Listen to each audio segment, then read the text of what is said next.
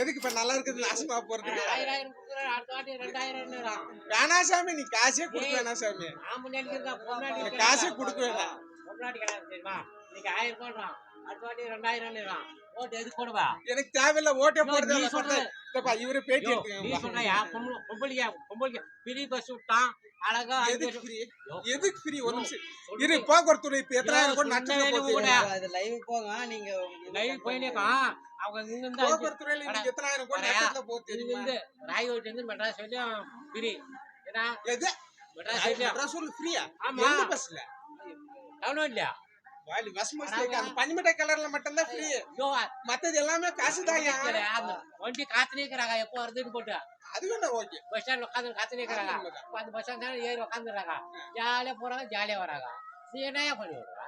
நான் ஒண்ணும் பண்றதுக்கு இல்ல சாமி, நீங்களா பாத்து ஏதோ நம்ம வாயில் தான் விளையாடணும். முன்னாடி போட்டு பூரா அவனுக்கு தான் விழும். கொஞ்சம் வேடிக்கை வாட்டி 1000 ரூபாய்னா அடுத்த எலெக்ஷன் வந்துச்சா 2000 அப்ப யார் போட்டோம்? அடுத்து எதிர்கட்சிக்காரர் வந்து பாத்தீங்கன்னா எல்லாம் ஃப்ரீன்ட்டாங்களா? Bus 2 bus ஃப்ரீன்ட்டாங்களா? அப்ப என்ன பண்ணுவேன்? என்னதான் பிரினாலே ஆகுறது இல்ல.